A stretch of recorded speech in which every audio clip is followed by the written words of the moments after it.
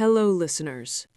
Tonight, I want you to imagine a place where silence has a voice, a place where the mountains sing when the world sleeps.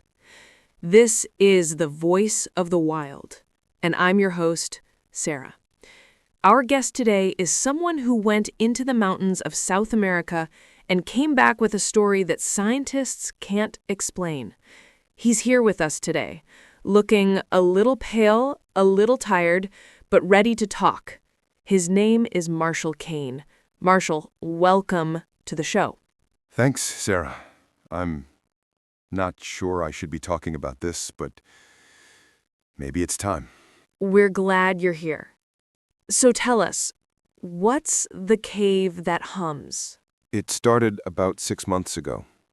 I was hiking near the Andes range, close to a small village called Yaro. Locals warned me not to go too far north, near the cliffs. They said, "The mountain sings there. Don't listen."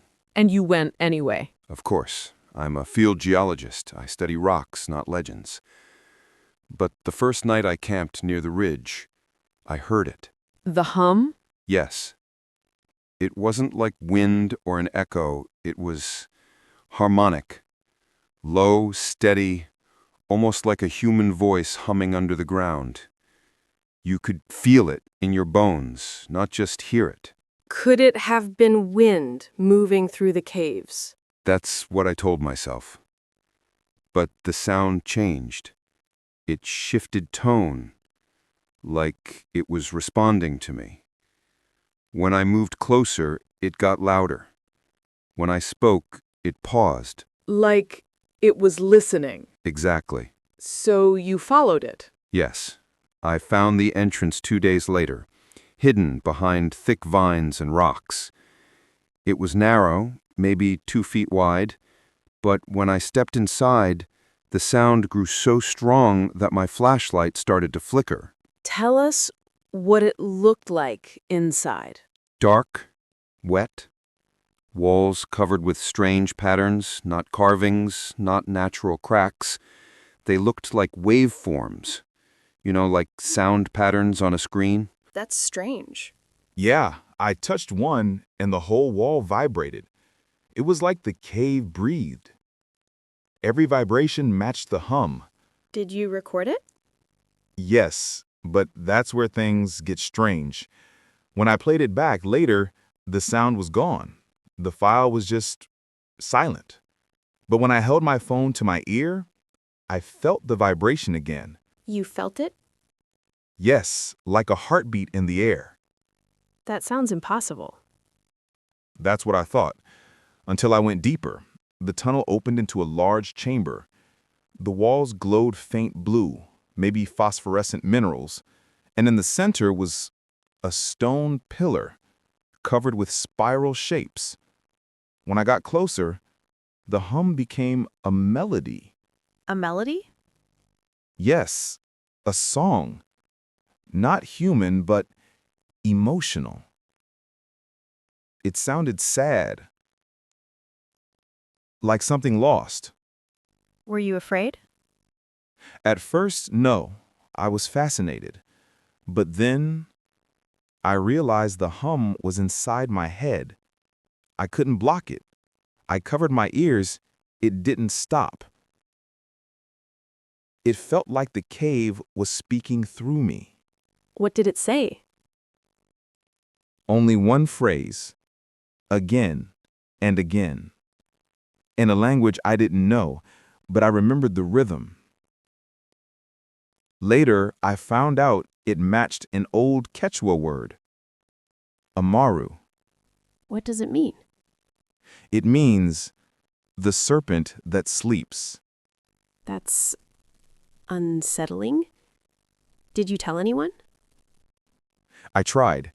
I went back to the village and told an old man named Emilio. He was one of the elders. When I said the word Amaru, his face changed. He told me I'd gone where no one should go. He said the hum was the voice of the mountain spirit, a guardian buried deep below. A myth, maybe? That's what I thought, but he warned me not to return. He said, "When the mountain sings to you, it remembers your voice." What did that mean? I didn't understand, not then. But after I left the village, strange things began happening.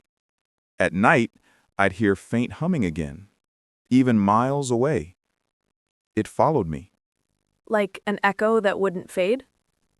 Yes, and when I recorded it, the file would always be silent, but the phone would vibrate. Did you ever go back to the cave? Yes, I needed proof. 3 weeks later, I returned, alone this time.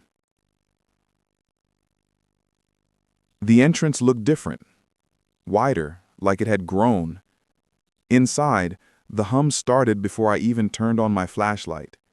It felt angry, louder. Angry? Yes, it wasn't music anymore.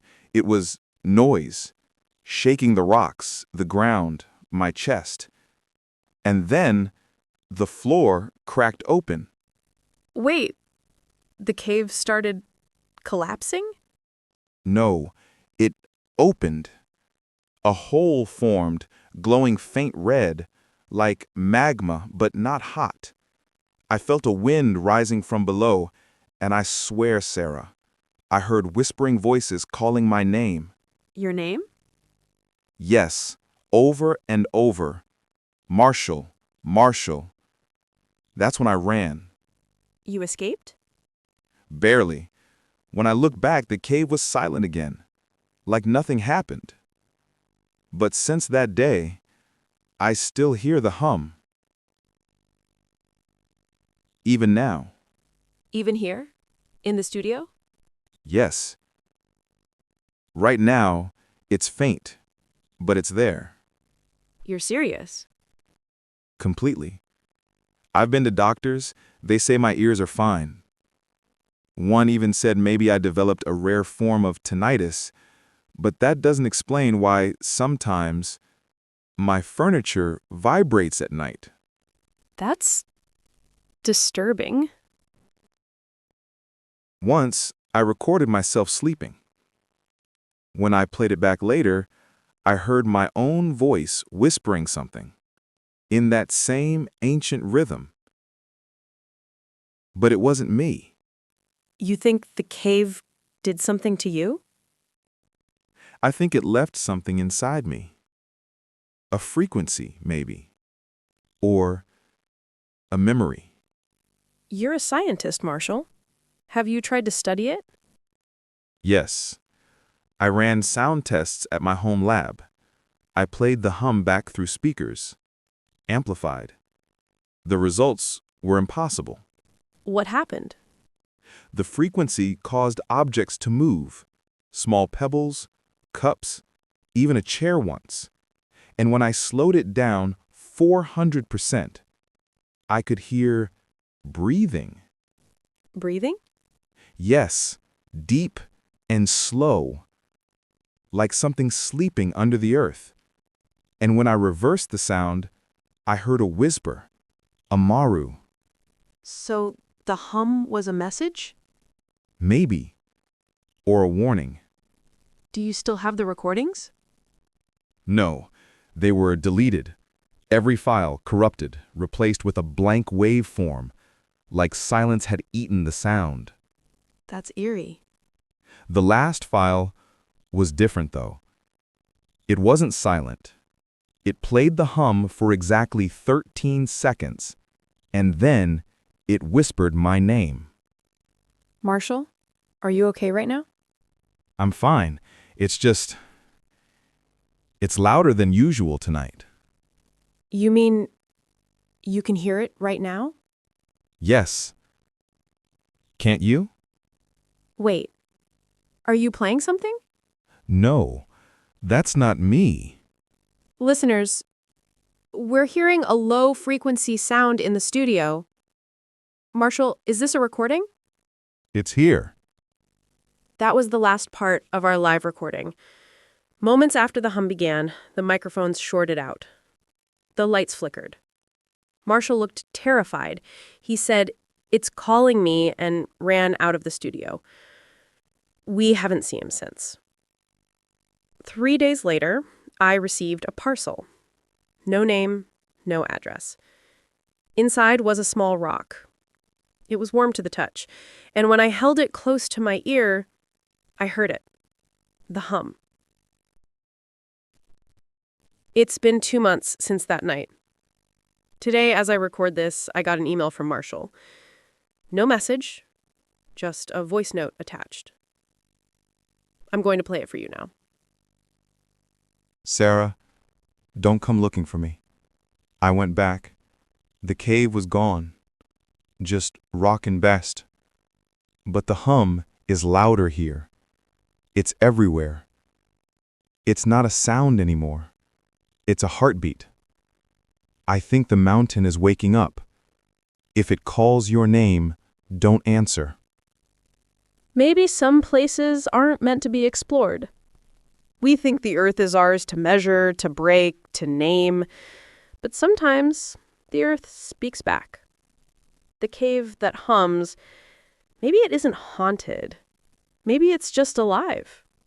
Maybe every mountain, every stone remembers who we are and what we take. So, if you ever hear a sound deep in the wild, something that calls your name, something that feels alive, listen carefully, but don't answer too soon. Because not every voice in nature is meant for us. This was The Voice of the Wild. I'm Sarah. Stay curious, but stay safe.